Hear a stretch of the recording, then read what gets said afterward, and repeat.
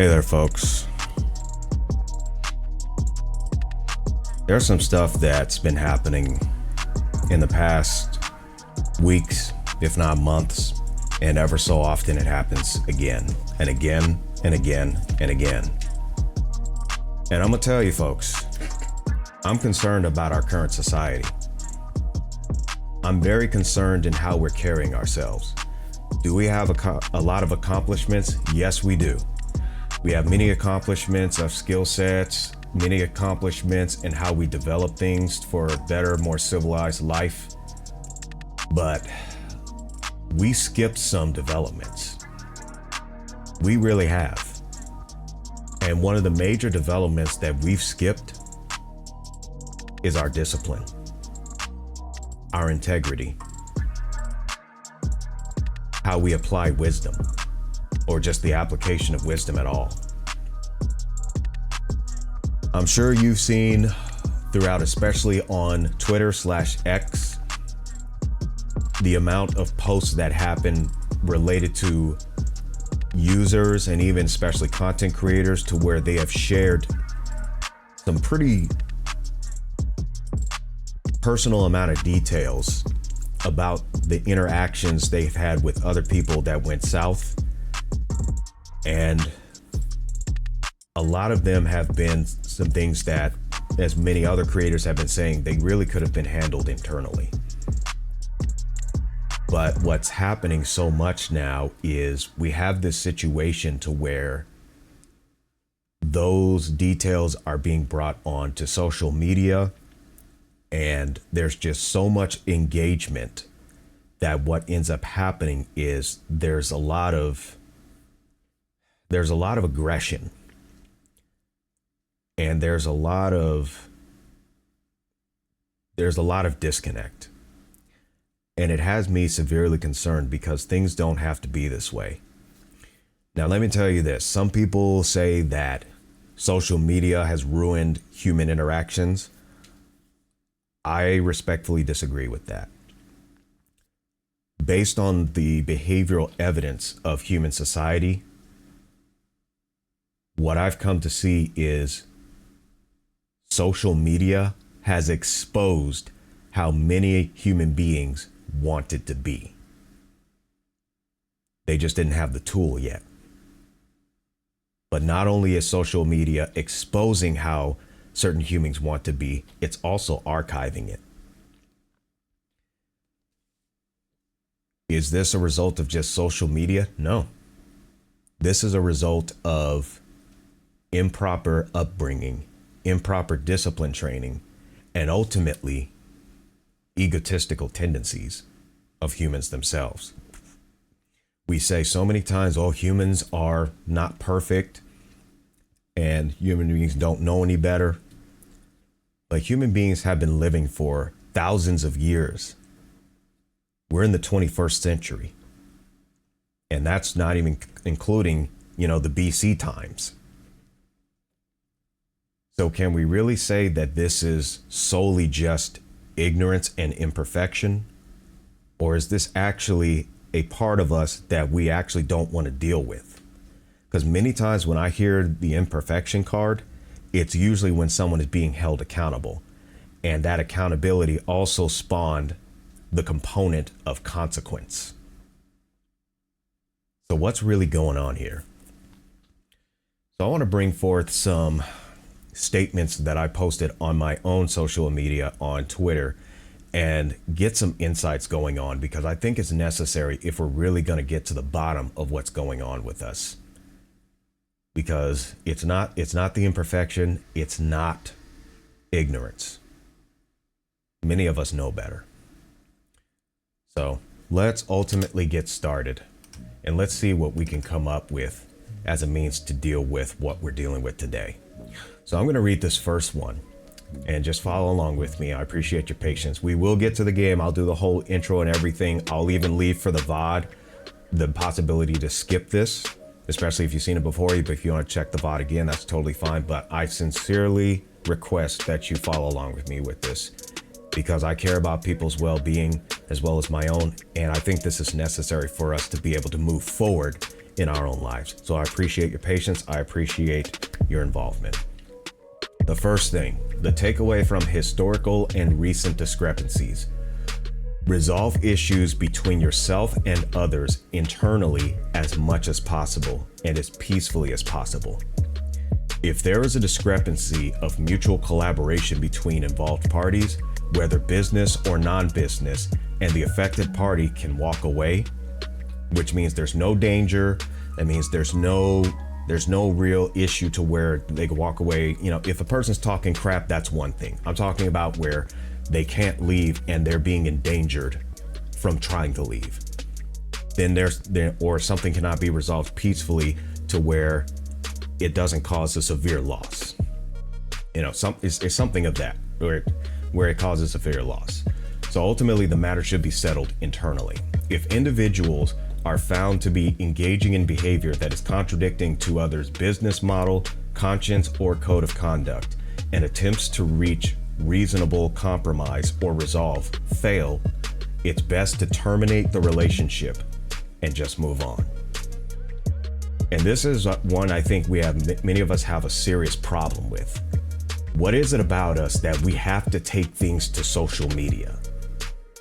It seems like that's the only way that some of us claim we can get a resolve, but that's not true. Be careful of the impulse to post unnecessary details online. Once it is posted, there is no turning back. Posting to the court of opinions can be risky, as it is a double-edged sword, especially if or when it escalates to the court of law. The most common human impulse when disrespected or even threatened is to punish, not to defend. When a person's discipline is not developed to a certain baseline, this impulse will manifest and attempt to justify itself in the concept of defense. This is why the doctrine of excessive force exists. Now, here's the thing, and you see some of these tabs up here, you probably know where I'm kind of going with this. You really got to be careful what you say to anyone, but especially online. And this behavior has actually been going on before social media even got here. We were just telling it to our local friends, relatives, or strangers, or whoever would listen to us, right? Social media just is a tool that allowed us to be able to speak to more people. That's really the only difference. But we really got to be careful about what we say, because that can get us into some hot water, depending on what it is that we say, especially if it negatively affects the other person. One of those is obviously defamation. So the definition of defamation, the act of damaging the good reputation of someone, slander or libel. Let's look at that. Slander, the action or crime of making a false spoken statement damaging to a person's reputation. Meanwhile, libel is a published false statement that is damaging to a person's reputation, a written defamation. So as you can see here, just by saying something about a person, especially that we dislike or something came up, if we don't keep our attitude, if we don't keep our emotions, and really when it comes down to it, as we'll see in the post that I'm writing here, if we don't keep our egos in check, we could end up saying something that could, or even posting something that could really get us into some hot water, that being defamation. Let me make it abundantly clear. I am not an attorney at law. I'm only here just to bring awareness to this stuff. If you need more detail about the legal ramifications of this, I strongly recommend that you consult an attorney about it. Okay? But this is just a means of just showing that if we are just flying off the handle and we are just aimlessly posting anything we want, it could expose us to some serious legal ramifications if someone wants to go that route. Because here's the thing about that too, especially because some of us oftentimes gamble with this. Oftentimes people will gamble with another person's fear. Basically fear compliance. But the thing is that individual will eventually get tired of that fear and they'll go into a state of fear defiance. Now they don't care about what truth or whatever statements get out there, whatever details get out there. They're just going to deal with that but chances are they're probably going to have something on you as well. So it's very important that we keep our emotions in check, especially when it comes to what we post online, because once it's there, it's there. Someone's going to archive it. So it's really necessary that we start being more emotionally intelligent, emotionally resilient. Now, here's another one, because this is something also when it comes to whether or not we want to deal with someone and whether we want to start sticking our finger where it doesn't belong. Here's another issue to where we may have a fallout with someone, and then we may start talking to someone else that may have some type of relationship with them. In this context, we're going to talk about, say, let's say a business relationship. And so we start saying stuff in combination with the defamation factor, and then we're telling it to a person with a business contract or a business relationship that especially that we're aware of, and tell that person not to do business with them with anymore. You could be exposing yourself to a civil suit known as tortious interference. By the definition, tortious interference is defined as the intentional damage to someone else's contractual or business relationships with a third party, resulting in economic harm. That means the target whom you wanted to sabotage that business with, they suffered loss because of that. And you could be exposing yourself to legal ramifications where you will have to indemnify that person, basically pay punitive damages for that. And again, it may not have happened all those other times, but the biggest question you need to ask yourself is how many times does it take to ruin yourself? Would you even be able to recover from something like that if it happens even once? And even if you could, why are you wasting resources on that? That's something that really should be thought about. Because I'm gonna tell you, there's more important things in life than this kind of stuff. And this is what I really wanted to get into, especially, is basically, why are we making other people's business our business? Something to really think about. Be cautious. Hang on. Okay, so we're gonna review this part. The most common human impulse when disrespected or threatened is to punish, not defend.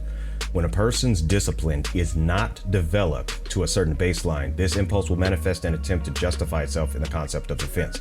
This is why the doctrine of excessive force exists. Excessive force is more so when things get violent, usually, and you've already used the necessary force to stop the threat, but you continue using force after that, or use the force that was beyond what was necessary to stop the threat. And when it comes to when we're disrespected by someone and we post online, that was something that really did not need to go online. Be cautious of what, when, where, how, who, and why you post personal details publicly. We are well aware the public is a mixture of disciplined and non-disciplined or undisciplined parties. Therefore, keep the issue as contained to the necessary parties to be involved as wisdom guides. Blowing things out of proportion should not even be a last resort. I'd say that's pretty self-explanatory. Many of us are aware, as we said before, imperfect people, ignorance and all that stuff, but here's the thing. Why are we, as said before, why are we really saying this to basically strangers? Why are we doing that? Because we want attention and validation. But what is the point of getting attention and validation from parties, especially when they're undisciplined? Is that really leading to a resolve, or is that just leading to an inflated ego? Seeking a certain conclusion that is incongruent with truth, wisdom, and integrity is not going to work. We see it all the time because, especially when we're trying to reach that conclusion to gain a resolve, oftentimes we become we feel unstable, like we feel just this tension. And then we start going back and just saying more things, saying more things, and saying more things, and saying more things. And then these people just get more praise of it, more praise of it, more praise of it. But it never seems to be enough. So now we're always constantly having to have this. So is that really resolve, or is that just relief? Which one are we really seeking? Are we really seeking resolve, or are we just seeking relief? And what good is that relief if it does not lead to resolve? We got to think about this and really think hard, because guess what? Some procedures we want to happen are not the best procedures. The sooner we accept that, the better. Another one I posted. When engaging to mediate or even form an opinion about a conflict, all of the facts from all sides must be discovered and compared with the principles of truth, wisdom, and integrity against all parties involved. Any opinion or judgment ignoring these principles and procedures diminishes its validity. The right to an opinion does not supersede the accountability for its validity, nor the mandate for proper order. Many of us, we always say, a person has the right to an opinion. We have a right to our opinion. I have a right to my opinion. You're right, you do. But that right does not supersede accountability. That right does not extend to immunity from someone else's opinion about our opinion.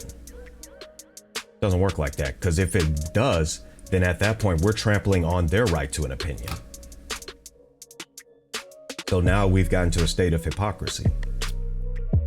So it's time to knock that off. And the thing about it is, if we really want to talk about having proper justice, if we really want to talk about actually leading to proper resolve, then we need to only get the facts. We need to get the truth, the whole truth, and nothing but the truth. This may be sounding like it's a court of law, and some people may say, oh, this ain't a court of law. Doesn't matter. Whether it's the court of law or the court of opinions, there needs to be a guidance for proper resolve. And some of the other elements that we're going to talk about momentarily just doesn't work. This is why hearsay, speculation, and irrelevance should not be admissible. Oftentimes, hearsay, speculation, and irrelevance of the subject is not admissible in court. I served as an alternative juror before, and I heard several times both the plaintiff side and the defendant side, when there was something that was either speculation or hearsay or just ultimately irrelevant, they would object, and pretty much all the time, the judge sustained that objection. So this is an important thing to factor, because if we're going to go specifically by hearsay, how do we know that hearsay is accurate? How do we know that hearsay is truthful? So again, this is about seeking the truth, not what we want to hear. And when we only seek what we want to hear as a means to gain a conclusion to reach a resolve, is that our ego talking? In other words, receipts, proper documentation is key. By behavioral evidence, a portion of the court of opinions has a bad habit with this. Disobedience is a common problem among human society. Sure, we develop our own opinion, but like mentioned before, if our opinion is incongruent with truth, integrity, and wisdom, what good is the opinion? We can still have it. We're just going to be wrong, but we can still have it. Just saying. If a party does not have any interest in obtaining and properly scrutinizing all facts surrounding an issue, and then addressing all parties involved in their contributions to the discrepancies, the mediating/opinioned party must recuse themselves to preserve the integrity of the investigation. So if we're not looking to look into everything involved, we need to let it go. And honestly, for some of the stuff that happened on social media recently, the big question I would say we need to ask ourselves, is any of that any of our business? And here's a bigger question too. How much time do we spend on looking at what the problems of others versus looking at the problems of ourselves? That may be a hard pill to swallow, but that's one that needs to be swallowed.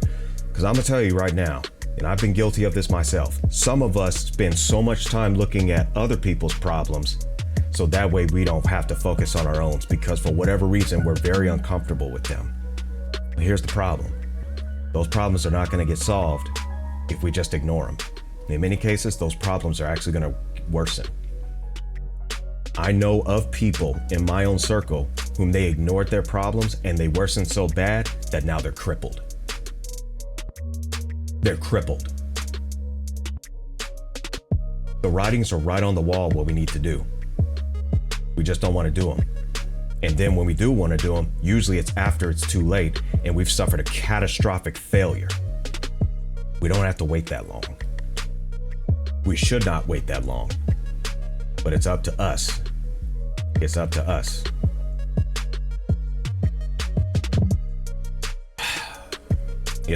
Us humans, we really gotta do better.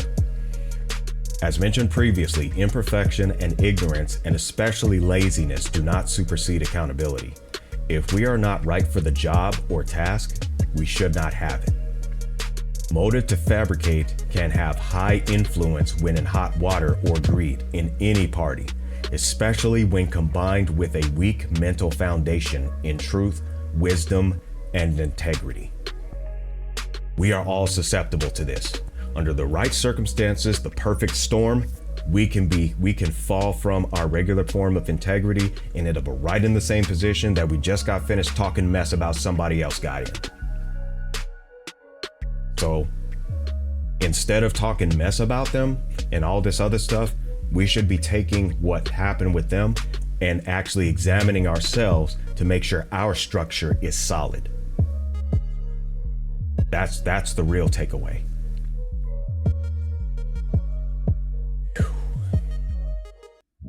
It is contradictory, insensitive, irresponsible, and immature to maintain a disobedience under the unmerited excuses related to imperfection, ignorance, and especially bias.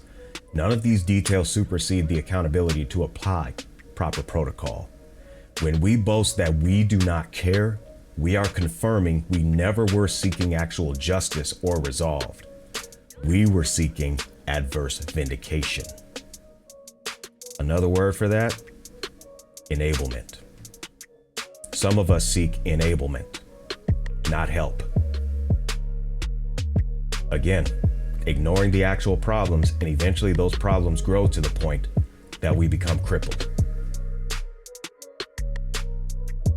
We're destroying ourselves, and we're smiling about it. We're laughing about it. We're literally dabbing about it. We're destroying ourselves. This is counterproductive to human growth, immaturity, and oftentimes emboldens ego. It is why we see in history parties who were spared consequence with no accountability to improve deepen their application in dysfunctional and morally questionable actions. Those of us defending unruly behavior on any side are not helping the party in question. We are actually setting them up for failure on catastrophic levels. Just talked about that. We're destroying ourselves. One movie that I actually plan to do a life lessons on, it's called Remember the Titans. One line in the movie script was Coach Herman Boone saying to Coach Yost, because Coach Yost was doing a little bit of pampering to one of the players on the football team. He had a quote. He said this, quote, "You ain't doing these kids a favor by patronizing them. You're crippling them. You're crippling them for life." Close quote. What he's talking about is, sure, there's going to be hardships, but the hardships, oftentimes with the right application, with the right proper mental application, it's going to make us stronger. But if all we're going to do is just defend and, shelter them, they're not really going to learn, and they're not going to build a emotional resilience. Now, are we saying just go absolutely crazy with them? No, we're not saying that. And honestly, the people who go to those extremes of arguments and debates, they know that. They know that. So maintain the focus on the conversation at hand. They know it. So in essence, and especially another thing that this comes up with is when we don't train people properly to be self-sustaining. And somebody, I'll protect you. But there's going to be some times we're not there to protect them. So it's best that we equip them to be self-sustaining so they can protect themselves. or at least enough until reinforcements arrive. At least for that, buy some time. No one is exempt from accountability regardless of our speculations that are oftentimes driven by emotions. So we got to get the hearsay out of things. We got to get that goal out of our heads. We got to get speculation out of our heads. We have to solely seek truth. So ultimately, the next time somebody comes to you with some information about something that happened, ultimately there are some critical questions we need to ask if we really get involved. And that is find out what the actual truth is, what both sides did. And this is something I've had to do with even some family members in particular. 2 family members were having a problem and I was basically there to mediate. And I basically said, okay, what was everything that happened that person 1 did? What everything that happened that person 2 did? It's like, okay, person 1, this is what you did right. This is what you need to work on. Person 2, this is what you did right. And this is what you need to work on. That's the only way that we're actually going to get resolved, is when each party is held properly accountable for their actions and that they are accountable to improve. Because the moment you start giving slack and you start basically trying to push away consequences and actually nullify accountability, that's when ego is able to grow. And then they may start doing even more dysfunctional things. They might start even doing even more bad things. And guess what? The more bad things that are done, the greater the consequences are going to be. So we can either nip it before it becomes a real problem, or we can let it grow and becomes catastrophic. We got to get all this stuff in check. Another thing, we need to tell folks straight up, hey, you're coming to me with this problem, right? With this person, have you tried to reconcile with them? Oh, you haven't? Okay, here's what we need to do then. If you're not able to, but the communication is still open, here's what we're gonna do. I'm gonna mediate between the 2 of you. Now this takes a very, very disciplined person and a wise one too. It's like, I'm gonna mediate it. You say your side, you say your side, don't interrupt each other. And if it really comes down to it, that I see that the 2 of you, it just ain't working, then y'all need to part ways. No more, don't be on speaking terms anymore. Y'all just go on your separate ways. We need to be that friend that says, hey, if you cannot reconcile with this person peacefully to where you can continue, then you need to part ways and no longer be on speaking terms. There's no point in continuing the argument. Be that person to say, hey, if you can't resolve it, both of y'all just walk away from each other. And don't be talking about each other either. Knock it off with all that nonsense. All right? That's a really good friend right there. That's a really good friend. That's a really good family member. That's a really good associate. Half dozen other, whatever you want to call it. Whatever the interaction level is, that is being a good mediator. Just saying, hey, we either resolve this peacefully or walk away. Moving on to the next one. The highest priority, one second. The highest priority for ourselves when another person's mistakes or misconducts become exposed should not be to become indulged in them, that we neglect our own developments to manage. I just talked about this. Emotional discipline to engage respectfully instead of insulting and threatening others. I'm seeing a lot of that even just on some other topics. Not even the one most popular, if you will, one that was on there, but now I saw another one just today, where there was another discussion and it just went into a set of insults and a half dozen other things, when it didn't have to. Because especially those who are responding, do you have a right to respond? Yes. Do you have a right to your opinion? Yes. But do you have to do it on that person's page? Do you have to do it on that person's platform? No. So one of our biggest problems is we do not have the emotional discipline to just walk away. Some of us think that walking away is a sign of weakness. That is a sign that the individual is conceding. That is incorrect. If there is not going to be any type of mutual understanding reached, there may still be disagreement, but if there's no mutual understanding that can be reached and mutual stability, mutual resolve, then just part ways. And better yet, in many cases, especially some of them getting super angry as response after response. They respond, then another person responds to them, then another person responds, another person responds. Some of them are actually, some of those people may be responding more so against that one person who responded with their own contradiction. Now that individual is getting upset because now basically they feel like they're getting ganged up on. Person, if you're watching and your behavior fits that description, you never had to engage to begin with. You never had to engage. You made a decision to engage. And that's the other side. That's the outcome of that engagement. And then when they engage, the outcome is you respond or somebody else responds. So we can only choose a procedure. We cannot dictate the outcome. So when it comes down to it, do we really need to respond? No. We have our opinion. Why do we need to express our opinion to a whole bunch of people who have their own opinion? Now, if we want to have a conversation in the case of actually learning or maybe understanding, we may not agree, but at least gain some type of understanding. Okay. But here's the thing. If it's just going to lead to a whole bunch of arguments and insults toward each other, there really is no justification. There really is no point in the conversation occurring. It's best to just move on. Really take the time, look yourself in the mirror and really ask yourself, why do I need to express my opinion so badly on social media and then have it to where I shut everybody up so I feel like I'm right? Why? Why? Really talk to yourself about that.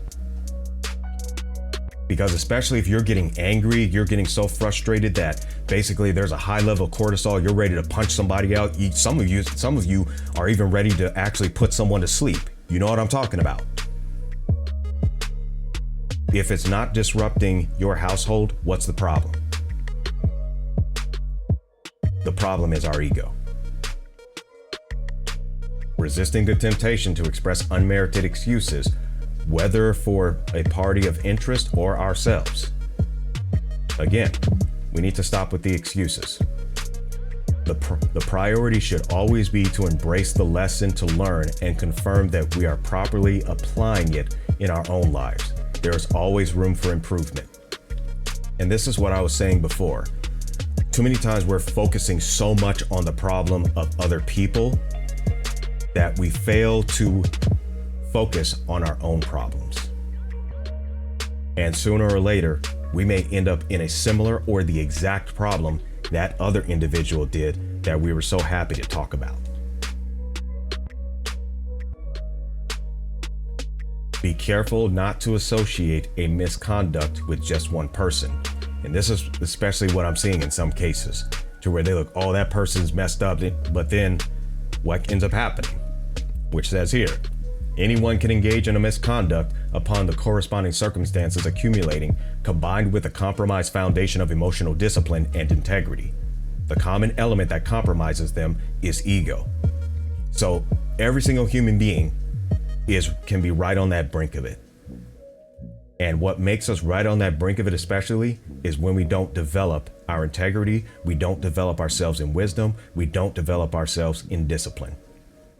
It makes it even easier for us to fall into those bad patterns. Doesn't take much. Turning on each other does not fulfill the points of the lessons. And honestly, from the content creators that were involved through all of this, I'm pretty sure that they do not want to see their communities going at it against each other or one community going against the other. I do not believe that was their intention. If it is, that's a problem. But ultimately, we got to do better. Finally, in order for proper communication to manifest, all parties must have the proper baseline of comprehension. Without proper comprehension, the communication will eventually fail. Poor comprehension can lead to other bad decisions and actions. This is addressing the responses by some that were, of course, addressing what happened on social media, that it really should not have happened. None of it should have been brought online, and also there should have been better communication. And my weighing in on this is, that communication can only happen properly, again, when there's proper comprehension. For proper comprehension to manifest in the context of effective communication and just about any other resolve, the host, meaning each party, must have respect for truth, wisdom, and integrity, and then apply the correct procedures related to those principles. Each principle emphasizes the necessity for the host to have humility. This is one thing that the human race that I've seen has a serious problem with. We lack a significant amount of humility. Going on to say, does this mean the host is to be a doormat? Which is a common extreme argument that some tend to use. No. And we all know that. And that is not even the goal. That's not even the point of the conversation.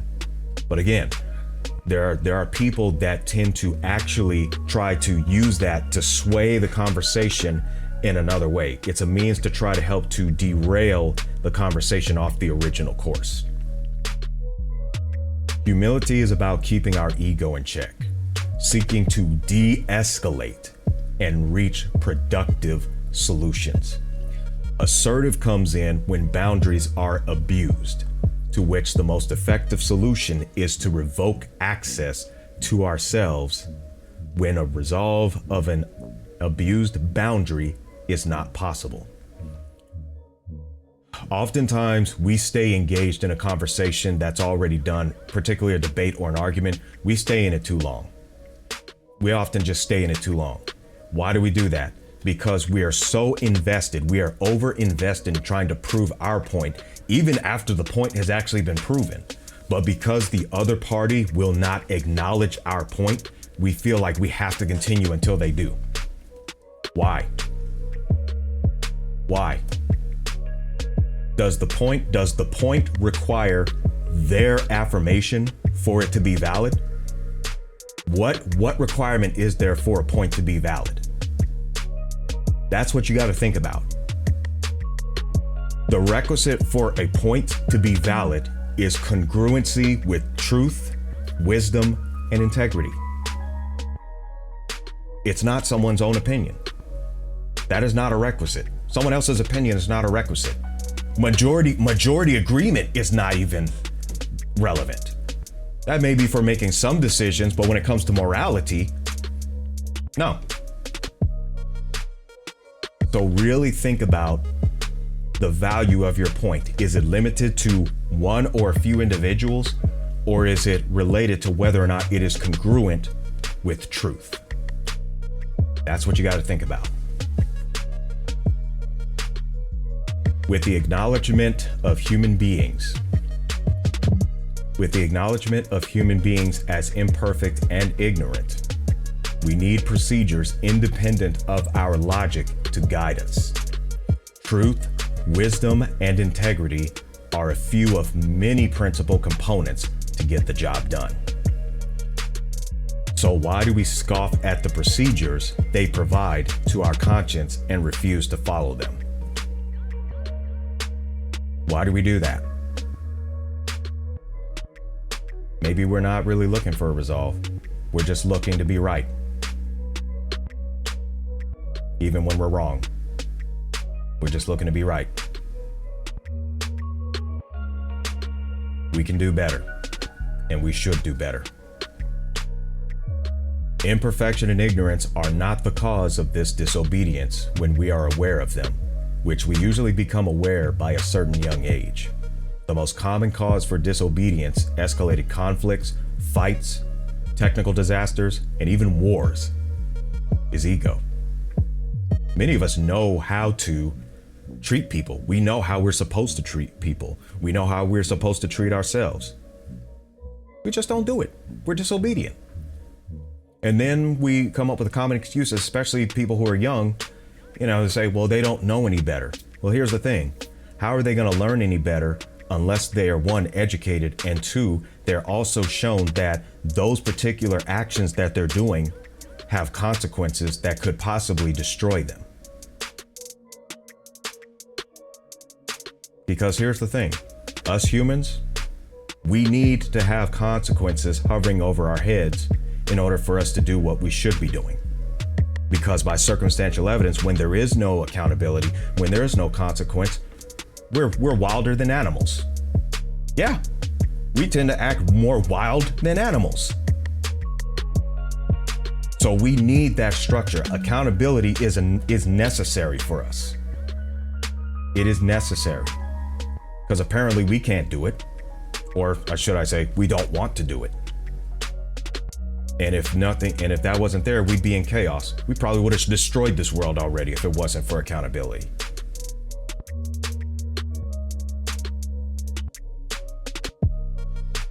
The ultimate solution to resolving issues, whether with ourselves or with others, is to move our ego out of the way. It is then our comprehension can begin structured with the paradigms of the core principles. Our ego is the problem, folks. We are way too invested in our own ego, and we pay the price for it. So we got to make a choice. We're either going to get this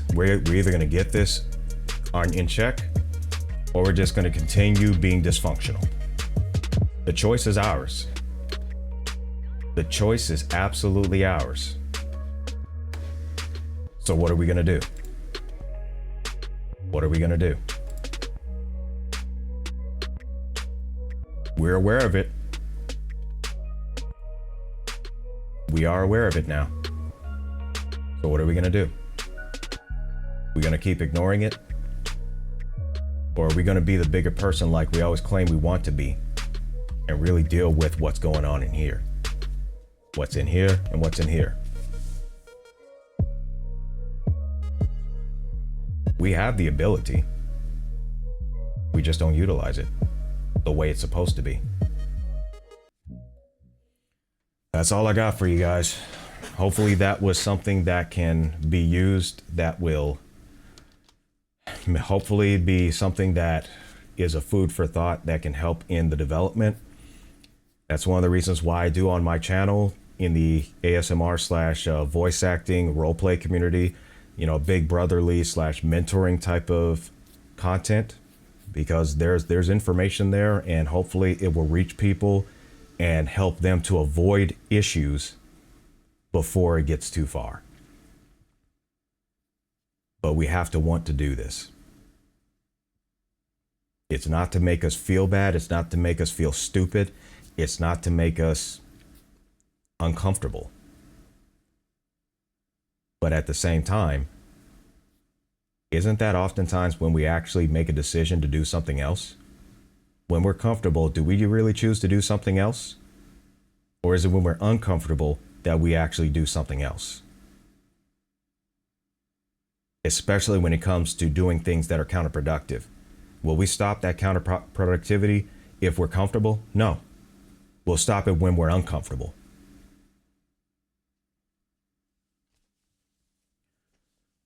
And that was a choice that we made. It's time to really get involved with ourselves to get ourselves back on track.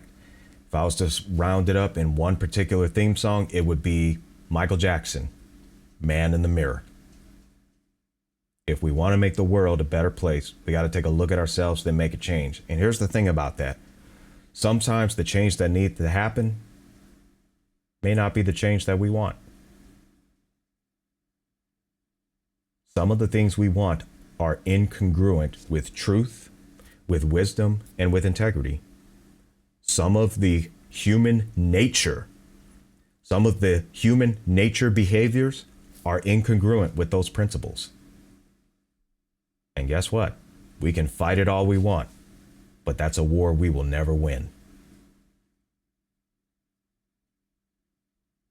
We don't have that authority. We don't have that dominion. And we should not have that dominion. As imperfect human beings, we should not have that kind of dominion. We don't have the discipline for it.